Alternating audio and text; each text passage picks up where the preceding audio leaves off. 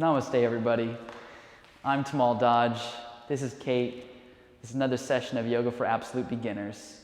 We're going to get started today kneeling. So she's going to go onto her knees. If you have very sensitive knees, you can always take blocks. If you don't have blocks, you can always grab a bunch of books and you place them right between your calf muscles. I like to usually use one, so move your calves wider. And then you can sit on that and it elevates your seat. If that's not available for you, you can always grab a rolled up towel, and a rolled up towel can be placed underneath your hamstrings, between your hamstrings and your calves, like so. If you have very sensitive patellas, which are the kneecaps themselves and shin bones, you can put some extra cushioning there. Otherwise, hands go on top of the quads, we draw on the stomach, we lift the chest, we close the eyes, and we breathe. Situating ourselves in the inhales and the exhales, the Paraka Rajaka.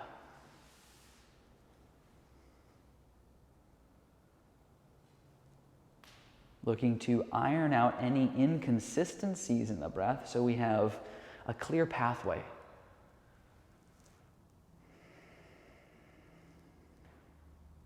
It's like our breathing helps forge the path ahead and brings us into the space so we're thinking clearly, we're mindful, we're present.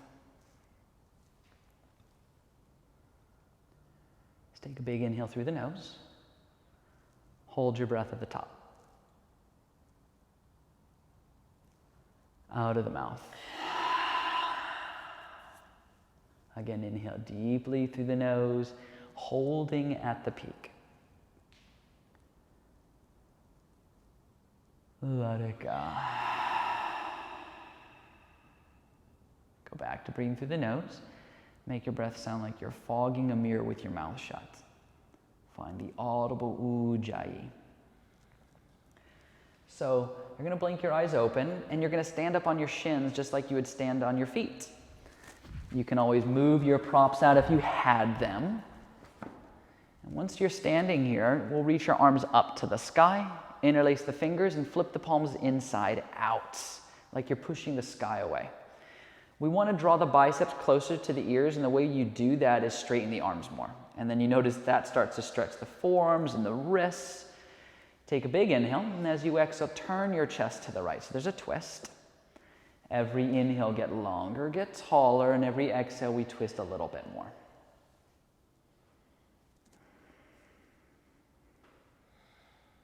And always, we've got to breathe.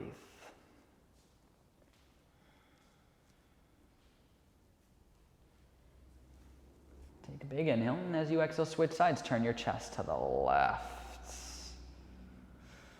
Get long before you twist. Every time you're inhaling, we're creating space and length, and every exhale, we're finding the rotation.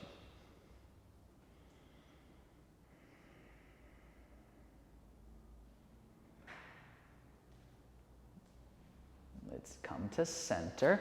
So notice where your hands are interlaced. You're going to untangle the fingers and then retangle them the awkward feeling way. So it's the exact same kind of interlace, but with the opposite thumb and pinky on top. Straighten the arms out. Instead of twisting, we're going to create a lateral stretch. So take an inhale, and as you exhale, lean to the right. Notice how the left shin bone gets lighter and wants to pop up. I want you to ground down the left shin and knee into the floor. That's the anchor. This way we can reap the full benefits of opening up the whole left side body.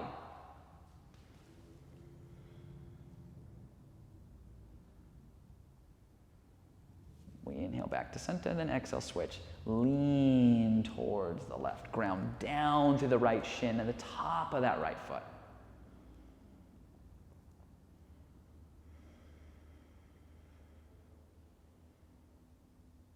Inhale back to center. Relax your arms by your sides. So we're going to do a mild back bend here. It's called camel pose. You can either place your hands on your low back with your fingers pointing down, or if you have the mobility for it and you want to stretch your wrists, you can have your fingers pointing up. What I want you to do with your hands, though, is notice if your low back is really straining and you're dumping in the lumbar. You're going to use your hands to scoop the tailbone under, so you're creating the posterior tilt. The next thing is notice if your elbows are wide. Hug them in towards each other. You'll feel your sternum, the collarbones, the pectoralis muscles broadening. And then with your next inhale, you start to lean back. And we breathe. So this is the modified variation. This is where we're staying today. Sometimes when we're in a pose like this, our lungs get a little restricted, so you have to put extra effort, energy into the inhale, the exhale, the call and response of oxygen. And then come back up to center. Let's come onto all fours, your hands and knees. So we did that back bend, which is an extension of the spine. Now we're going to do a rounding or a flexion of the spine. So with the next exhale, you're going to tuck your chin into your chest and round in your upper back and hold this cat pose. So often we're doing the cat and cow, which we're going to do in a moment, but right now we're just going to hold this to counteract the deep back bend that we just did, that camel. So the triceps, the upper outer arms wrap back. The navel is pulling in, the inner thighs are wrapping back. And then come to a flat neutral spine. Let's extend the right leg behind you. Let's reach the left arm forward in front of you. Cross diagonal balance. So the right hand is driving the earth away, so you're creating space between you and the floor. The front ribs are knitting in. There's that dorsiflex in the right foot, and the right inner thigh is reeling up towards the sky. The left upper outer arm is wrapping down, and the left bicep gets more in line with the cheekbone, so a little higher. Take a big inhale, then exhale, set it all down. So now we'll do the cat-cows. Inhale, lift the head, dip the belly, then exhale, tuck and round. Inhale, lift the head, dip the stomach, exhale, cat pose. On your own. Something that's very common is people tend to bend their arms as they're going through it. Bend them. Yeah. What this does is it ends up wasting too much energy. You start to dump into the biceps, to the pectoralis muscle. So keep your arms straight the whole time you're rolling through the cat-cow. This helps isolate that spinal wave. Breathe. Got like 30 seconds more of this.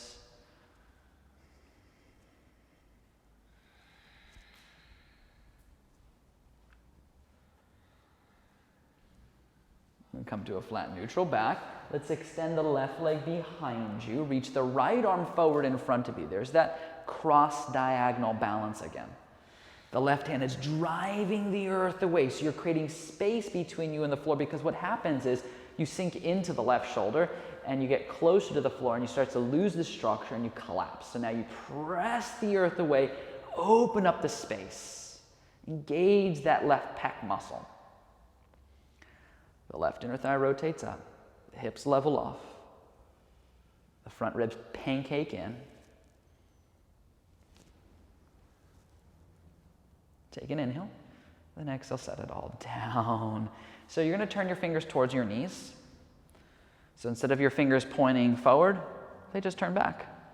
It's going to stretch the wrists. We'll do cat-cows here. Inhale, lift the head, dip the belly, then exhale, tuck and round, back and forth on your own.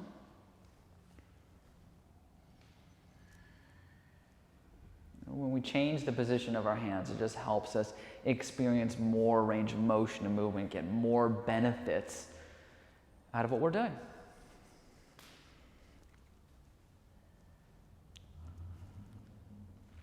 When we come to a flat neutral back, turn your fingers to point forward. So I want you to take your arms wide, and you're going to turn your fingers slightly out, and you're going to grab the edges of your mat, the outer edges. And I want you to start to kind of pull it apart. It's not going to go much, barely at all, but you'll feel that traction there.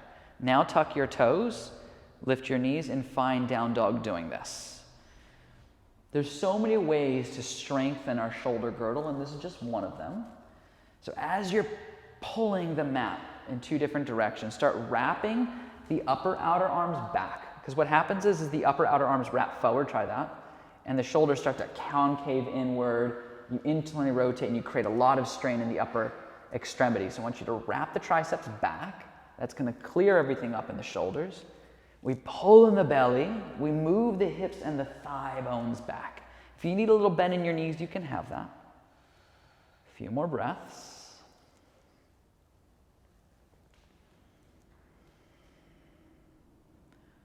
Let's lower your knees down to the ground. Bring your hands back in, shoulder width apart. So much to do in each pose, it's amazing. Let's tuck the toes and find traditional downward facing dog. So arms should be shoulder width, legs are hips width.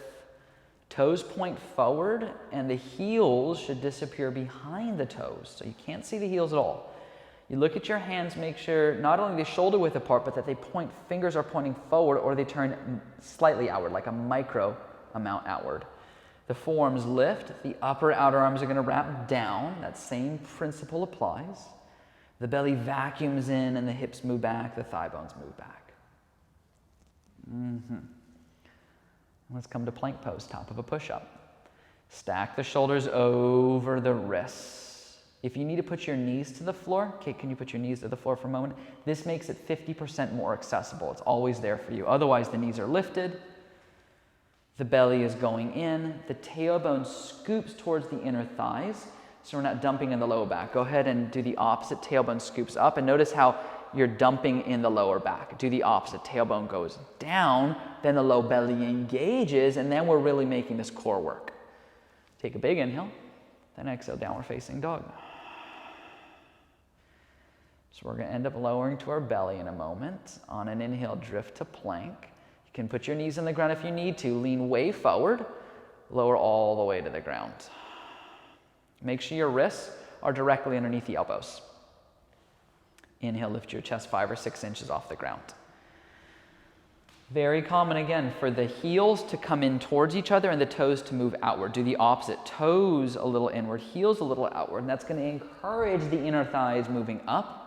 Tailbone again scoops to the inner thighs, so your pubic bone should press into the floor. Now, from your cobra, lower your chest and chin down. Go to all fours, your hands and knees, and then downward facing dog. Let's lift your right leg up to the sky. Lunge the right foot between your hands. Drop the left knee to the ground. Untuck your left toes and take a moment to scoot your left leg further back. Now reach your arms to the sky. So whenever we're in any kind of a lunge, whether it's with a knee down or with a knee up or a back heel down, we always want our front knee at 90 degrees. That means the knee is over the ankle. We don't want to be back too far away from it, so it looks too much like a triangle pose, which we'll talk about later. And we don't want it beyond the ankle, leaning too far forward like this. Those commonalities need to be taken out because what we're trying to do is line up joints over joints, always lining up the long axis of bones. So knee joint over ankle joint. We pull your right hip bone, right here, up, away from the right thigh bone. What I mean by that is sinking more into this hip. You'll see there's this big crease that happens between her hip bone and her thigh. What I want you to do is pull the right hip bone away from the right thigh bone. Let it all breathe more. Let the air out. Take a big inhale. Then exhale, hands come down. Tuck your back toes, pick up your back knee, find plank. Knees down or not down, lean forward, low all the way to the ground. We'll do a cobra. Inhale, lift the chest. All fours, hands and knees, then downward facing dog. Left leg's gonna lift.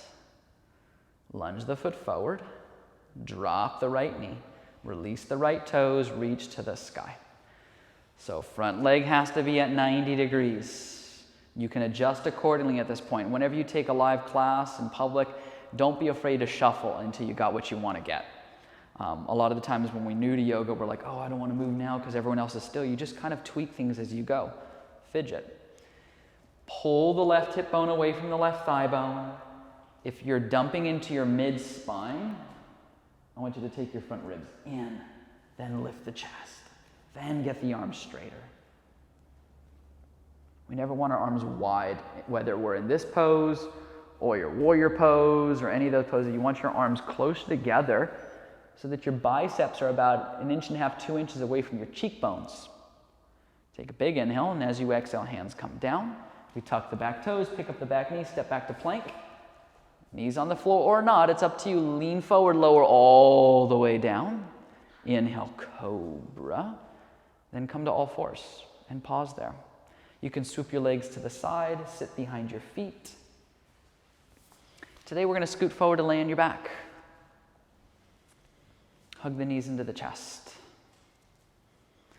Release your left leg out, only hug the right knee in. Send your right arm out to the right, palm up. Look to the right and twist the right knee across the body to the left. So there's a twist. Very common is we twist really deep, but then our right shoulder blade starts to pop up. So you may need to back off from it a little bit so the right shoulder blade glues into the floor.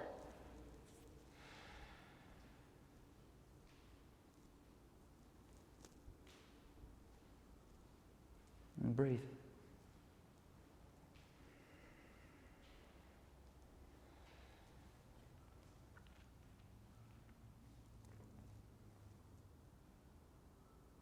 We switch sides, hug the right knee in, release it next to left. Let's hug the left knee into your chest, send the left arm out to the left, look to the left, twist the left knee to the right.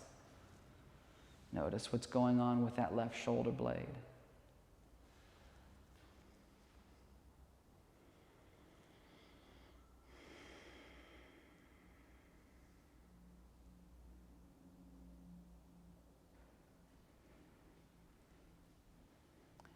Hug the left knee into your chest. Release it next to right. If you have blocks, a rolled up towel, a bolster, whatever you have at your house, you can slide them underneath your knees if you want. It helps take any strain out of the lower back. If you don't have any of those things, you can always just lay on your back without it. Your palms will face up. So every yoga class usually finishes, unless they're like these quick little teaser classes we're doing for yoga for absolute beginners, it ends in Shavasana. Shavasana translates to corpse pose. I know it doesn't sound like anything beautiful or romantic or glamorous, but what it represents is it's the end of our practice. It's like the end of our life. We don't want to hold on to anything anymore. We're letting go of all of our baggage, all of our luggage, cutting the strings, so we can be free. So you have your arms by your sides with the palms facing up as a gesture of being receptive. Your legs are extended out and your feet, knees start to drop open. Your face softens and your breath starts to carry away. Traditionally in yoga classes, Shavasana is around 5 minutes, all the way up to 30 minutes, depending on the teacher and the style. Feel free to stay here as long as you like. I'm going to sign off and leave you to it. Thank you so much for practicing with me today in Yoga for Absolute Beginners. I am Tamal Dodge. I look forward to our next session. Namaste.